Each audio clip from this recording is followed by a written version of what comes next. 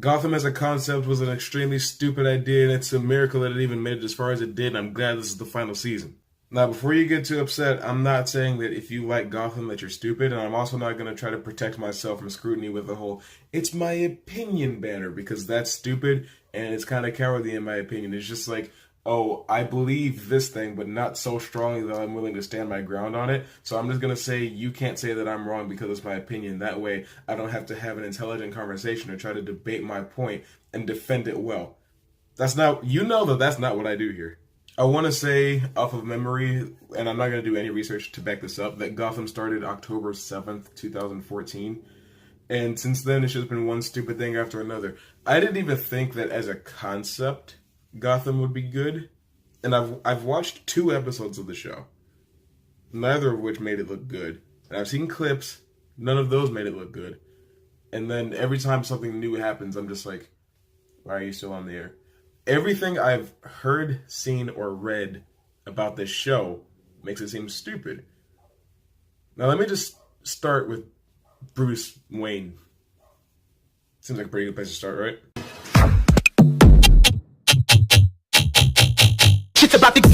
Bruce Wayne as a character is not interesting on Gotham at all, from what I've seen. All he used to do at the beginning is whine. I don't know what he's like nowadays, but at the same time, he's 14. How interesting could he really be when he couldn't possibly be Batman at this stage? Yet they're trying to make him Batman. I've seen that proto-bat suit. It's disgusting. And people will defend it like, oh, it's okay because he's not actually Batman yet. This is just a young Bruce Wayne trying to enforce vigilante justice. Here's the thing about that. Young Bruce Wayne can't enforce vigilante justice and shouldn't be trying to. And that's no excuse because Bruce Wayne is Batman, not Proto-Bat. That's it. He's just Batman. That should be all there is to it. Like, unless you really don't care about Batman and you're okay with him doing whatever, which I don't even care about Batman that much, but I'm still like, hey, Batman exists the way that he exists for a reason. But let me just give you a brief rundown of everything that happened between his parents getting shot at Crime Alley and him putting on the suit. Let's do that. He didn't go to counseling, that's for sure.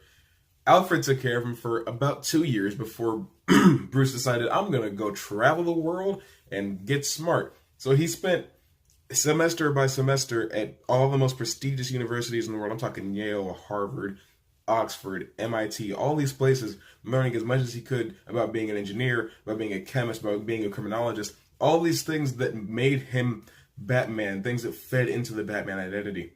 And then as he got older, he joined the police academy and was there long enough to join the FBI, or at least he tried to join the FBI. He excelled at every portion of the exam except for the gun wielding part, which doesn't make any sense because I'm pretty sure you have to be able to shoot a gun to be a cop.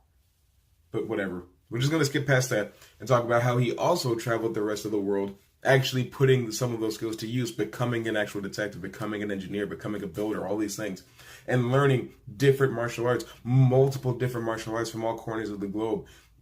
I would say that he mastered at least 5 or 6. I can't say that he mastered them all because that would take longer than he's ever been alive.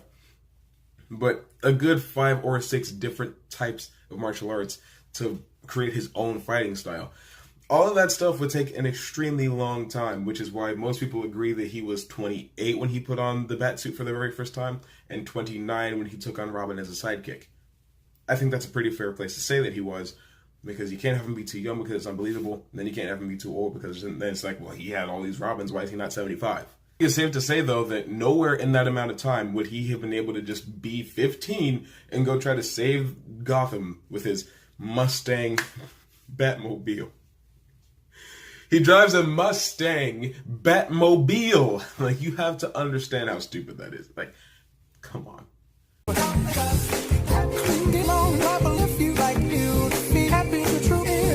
Jim Gordon is not that important to the Batman mythos. In fact, he's just a character archetype. You could take him out and replace him with Barbara, like in the Batman Beyond series, and it's just fine. Or you could take him out and replace him with Bullock, it'll be just fine. All you need is a character that will give Bruce information on the roof of the GCPD lockup. That's all it takes. It doesn't have to be Gordon. Gordon's not that important. So why is Gordon the central character of the show? I know it can't be Bruce Wayne, because for some reason they can't. I think it would be more interesting if Gotham was about Bruce having just gotten back from learning all these things and trying to figure out his Bat identity. I think that could get you a cool couple of years. But him being a kid, no, that's just dumb. That's just dumb, and I reject it entirely. I like my Batman to be Batman. Anyway, Gordon as a character isn't very interesting on the show. He's kind of just like any random character from like Law and Order. He's not that interesting. He's kind of stale, honestly. I don't like the way that he's portrayed on the show. I don't think a young Gordon was exactly what the show needed to spice itself up and be interesting for this generation of viewers, because it's just like the GCPD isn't capable of doing the things Batman does, which is why Batman does what Batman does, and why people in the GCPD are friends with him, because they're just like, well, he's out here stopping villains that we can't even compete with, so maybe we do need him. So you're either telling me that the Gotham police can handle all of these villains without Batman, which makes Batman pointless anyway, or when Bruce Wayne suits up as Batman, Gotham will already be destroyed and there will be nothing for him to Batman. And that second one definitely can't be the case, because if you've seen Dark Knight Rises, then you know that Batman can take 8 years off and nothing bad will happen to Gotham. 8 years and nobody shows up and tries to take over Gotham. 8 years. 8 years. I'm not making that up. I'm not. All right, I can see that I will have to teach you how to be villains. It took me so long to look up a list of villains that have been on Gotham that I had to take my hat off because my hair is still wet, and I didn't even get a good list of villains to go by anyway. So I'm just going to go based on the ones that I remember.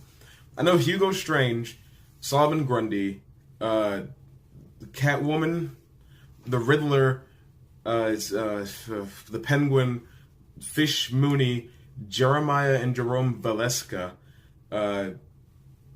Firefly, Mr. Freeze, Azrael, or at least somebody from the Order of Saint Denis, and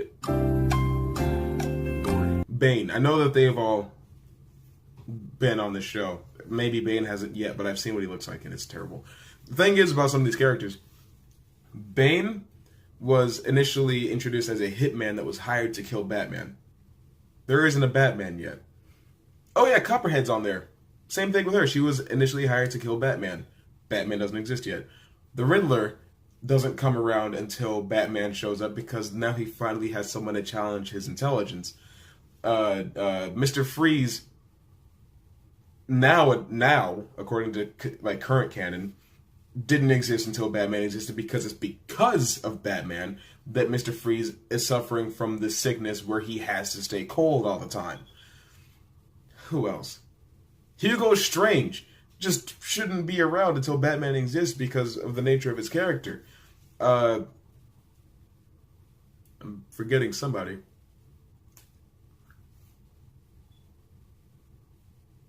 Solomon Grundy. I mean, do I really need to explain why we don't need Solomon Grundy running around Gotham before there's a Batman?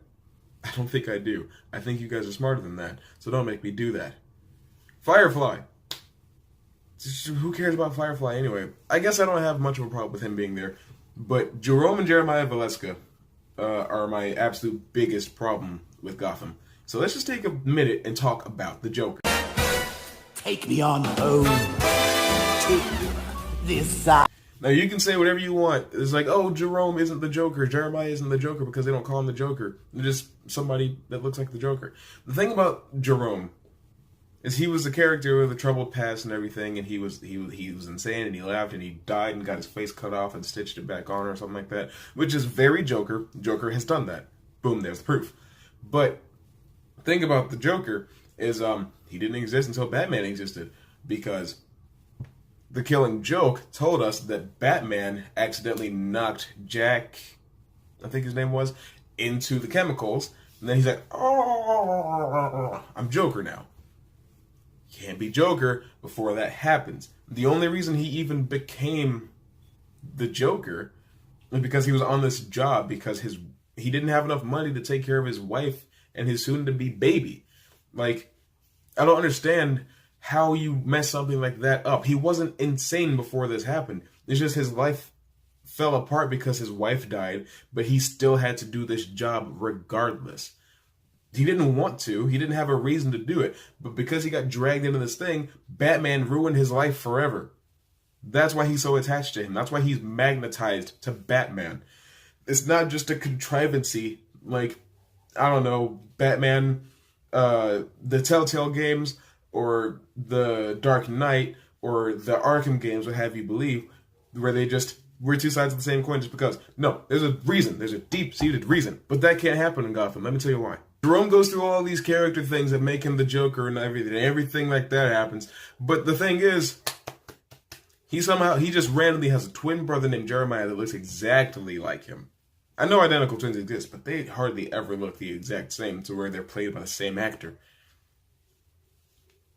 But, turns out Jeremiah is the Joker, because even if you have all these traumatic experiences and you're primed to be the Joker, all you gotta do is spray some stuff in your brother's face and then he'll become the Joker.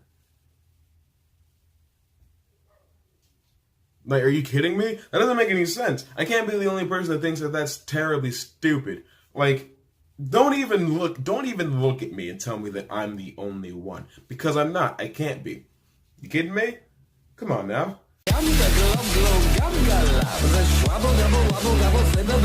But I guess, without this video getting as long as The Flash or the Arrow videos were, that's basically my issues with Gotham. I think it's very stupid as a concept and as a premise. I was going to compare it to Smallville, but I decided not to do that because it would just take more time. So, here you go. Here's my Gotham video. I asked some of you guys on Facebook to vote, and you voted Gotham, which means that I won't be talking about Legends of Tomorrow right away. I'll get there, but Gotham is something I've been wanting to talk about for a long time, so here it is. Without further ado,